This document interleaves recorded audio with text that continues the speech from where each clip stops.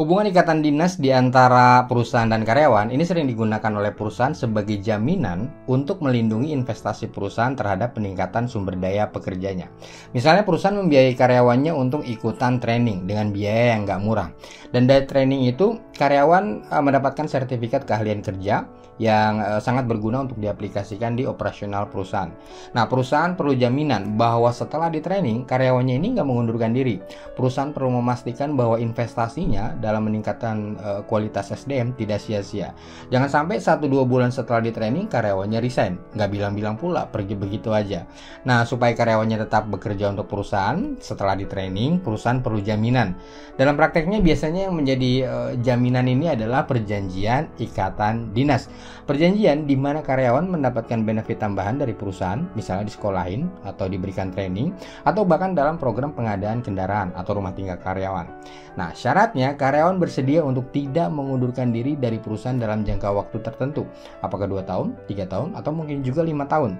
Apa aja yang harus diperhatikan dalam membuat perjanjian ikatan dinas supaya efektif? Ini perlu dipahami terutama untuk HRD perusahaan ya, atau bagian personalia atau pemilik perusahaan. Bukan cuma perusahaan besar aja, tapi berlaku juga untuk semua perusahaan sesuai undang-undang. Nah, kita akan membahasnya dalam video ini beserta contoh perjanjiannya.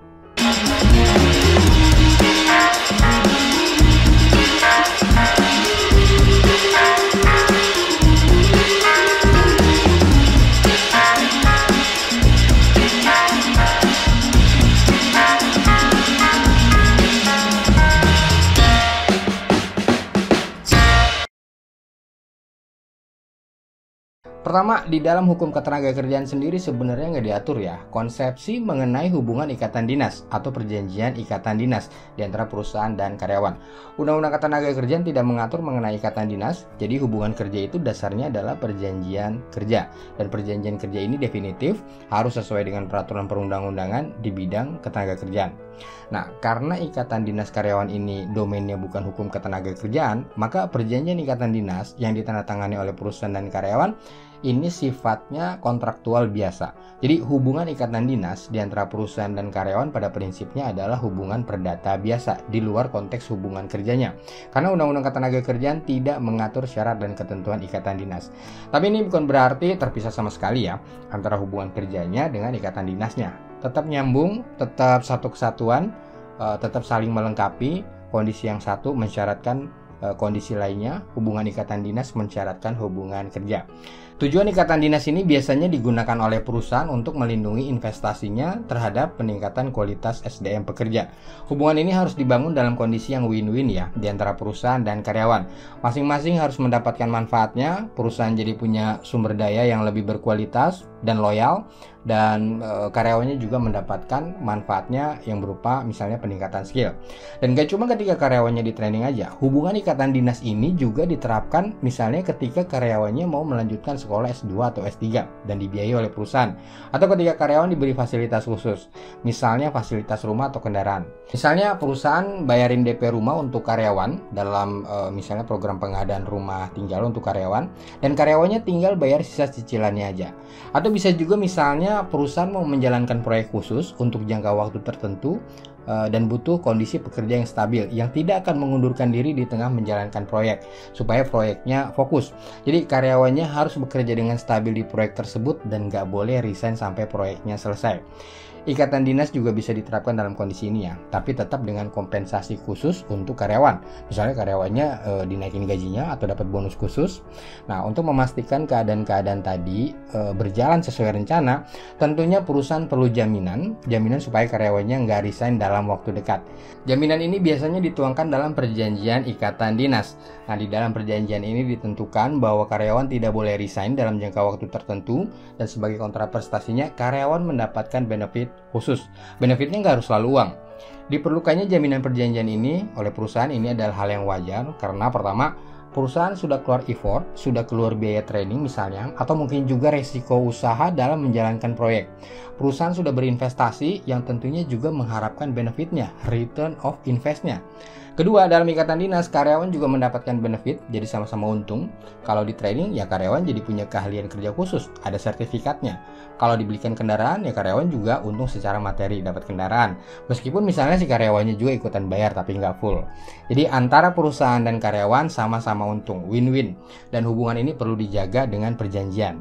Nah, beberapa keadaan yang harus diperhatikan, baik oleh perusahaan dan karyawan dalam perjanjian ikatan dinas ini adalah, pertama harus jelas, hak apa yang diterima karyawan. Apakah dibayarin sekolah S2, di training jadi operator forklift atau ahli K3, atau mengikuti program pengadaan kendaraan atau penyediaan rumah karyawan. Jadi clear dulu apa yang menjadi hak karyawan, apa yang diterimanya. Kalau perlu di perjanjian disebutkan juga berapa nilai biayanya. Untuk sekolah atau untuk training atau untuk pengadaan barang, berapa bagian yang dibiayai perusahaan dan berapa yang ditanggung sendiri oleh karyawan. Contohnya seperti ini. Karyawan diberikan pelatihan keahlian kerja. Di sini jelas jenis pelatihannya apa, penyelenggaranya siapa, dan ada juga jumlah biaya pelatihannya. Bisa juga ditambahkan ketentuan mengenai sharing biaya. Perusahaan nanggung berapa dan karyawan nanggung berapa, atau seluruhnya ditanggung oleh perusahaan. Kedua, kewajiban karyawan, apa yang harus dilakukan karyawan setelah menerima hak-haknya tadi dari perusahaan. Biasanya kontraprestasi yang harus dilakukan karyawan adalah si karyawannya ini tidak boleh mengundurkan diri dari perusahaan untuk jangka waktu tertentu. Karyawan juga diwajibkan untuk mengaplikasikan keahlian kerjanya, hasil pelatihannya tadi itu, di perusahaan. Dan untuk melaksanakan komitmen dalam perjanjian ini, karyawan juga harus memberikan jaminannya berupa ijazah sekolah atau sertifikat keahlian kerjanya. Atau bisa juga menahan BPKB kendaraan yang diterima karyawan dalam program pengadaan kendaraan. Dengan ditahannya dokumen-dokumen ini, maka ini akan lebih memberikan jaminan. Tapi hati-hati ya, kalau perusahaan menggunakan klausul penahanan dokumen-dokumen ini sebagai jaminan ikatan dinas. Pastikan dokumen yang ditahan oleh perusahaan ini aman. Jangan digunakan untuk kepentingan lain, jangan sampai rusak dan jangan sampai hilang. Kalau ini dilanggar bisa menimbulkan masalah hukum baru bagi perusahaannya. Opsi lainnya, sebagai alternatif, karyawan masih bisa mengundurkan diri dari perusahaan, tapi harus bayar ganti rugi. Misalnya masa ikatan dinasnya 2 tahun, karena karyawan diberi training dan sertifikat keahliannya ditahan oleh perusahaan. Tapi belum 2 tahun karyawannya mengajukan resign. Nah, ini masih bisa dilakukan, karyawannya masih boleh mengundurkan diri, dan sertifikat keahlian kerjanya akan dikembalikan oleh perusahaan ke karyawan. Tapi ada syaratnya, karyawan harus mengembalikan biaya pelatihan yang sudah dikeluarkan oleh perusahaan, atau bisa juga ditambah dengan membayar ganti rugi. Jadi balikin uang biaya pelatihannya plus penalti ganti rugi. Oke, itu tadi beberapa hal yang perlu diperhatikan dalam membuat perjanjian ikatan dinas. Pastikan benefit yang diterima karyawan, pastikan kewajiban karyawan selama masa ikatan dinas, dan pastikan kewajiban itu dilaksanakan dengan jaminan. Buat teman-teman HRD perusahaan atau bagian personalia atau pemilik perusahaan yang mau dapetin draft perjanjian ikatan dinas dalam format Word, jadi bisa diedit sesuai kebutuhan perusahaan, bisa jadi template juga, teman-teman bisa mendapatkannya dengan mengikuti link di kolom deskripsi di bawah ini.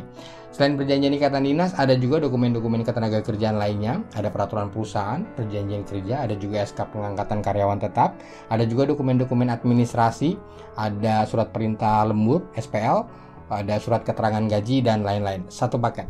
Silakan dapetin draftnya, linknya ada di kolom deskripsi di bawah ini. Semoga berguna.